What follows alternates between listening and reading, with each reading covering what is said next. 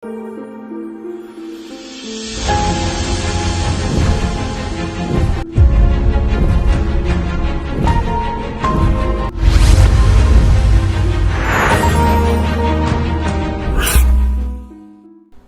अपनी जन्म कुंडली को खोलिए और देखिए कि सूर्य आपकी जन्म कुंडली में चंद्रमा से किस भाव में है।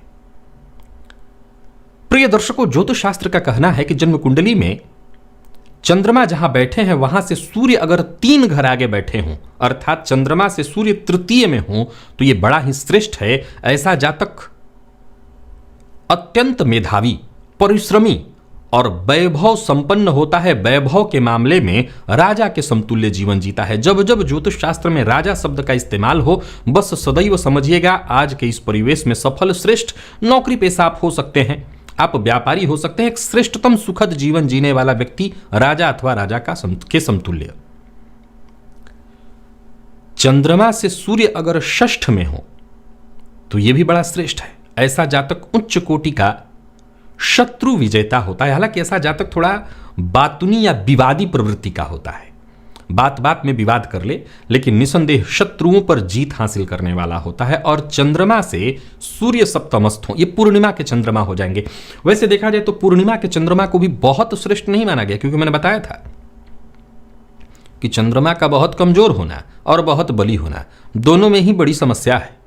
चंद्रमा जब बहुत बलवान हो जाएं तब भी मानसिक रूप से अशांत करते हैं, लेकिन फिर भी शास्त्रकारों ने कहा कि चंद्रमा से सूर्य अगर सप्तम में हो तो ऐसा मनुष्य सुखी होता है, सुशील होता है, राजा नहीं परंतु राजमान्य होता है, अर्थात इसको समाज में मान सम्मान पद प्रतिष्ठा प्राप्त होती है। चंद्रमा से सूर्य यदि नवमस्थ हो तो यह भी बड़ा श्रेष्ठ है। ऐसा जातक धार्मिक सत्यवक्ता होता है। और दशम में अत्यंत श्रेष्ठ, यानी जन्म कुंडली में जहां चंद्रमा बैठे हैं वहां से 10 घर आगे जाने पर अगर सूर्य हैं तो ज्योतिष शास्त्र ने कहा ऐसा जातक महाधनी होता है और उसके दरवाजे पर धनवान खड़े रहते हैं। अब जरा सोचिए कि उसके पास कितना धन होगा कि उसके दरवाजे मांगने के लिए उससे धनवान खड़े होते हैं। और एकादश का सूर्य यानी जहां चंद्रमा बैठे हैं वहीं एकादश, यानी ये चंद्र कुंडली की मैं गणना कर रहा हूं, एकादश का सूर्य भी बहुत श्रेष्ठ है। जातक बहुत प्रसिद्ध कुल नायक होता है, अर्थात ऐसा जातक अपने कुल में अत्यंत श्रेष्ठ, यानी इन 6 भावों में जहां मैंने गिनाया, सूर्य से अगर चंद्रमा से अगर सूर्य बैठे हैं तो समझ लीजिए यह अत्यंत श्रेष्ठ है अगर आपकी कुंडली में है। अब देखिए, मान लिया जाए मैंने ये योग सभी गिनाए, लेकिन ये एक सामान्यतया सूत्र है। जन्म कुंडली में बाकी की स्थितियों को भी देखना चाहिए। हाँ, एक एक सूत्र को जोड़कर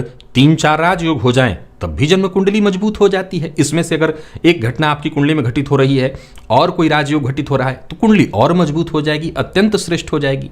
तो अगर ऐसी स्थिति आपकी कुंडली में है तो निसंदेह ये श्रेष्ठ है।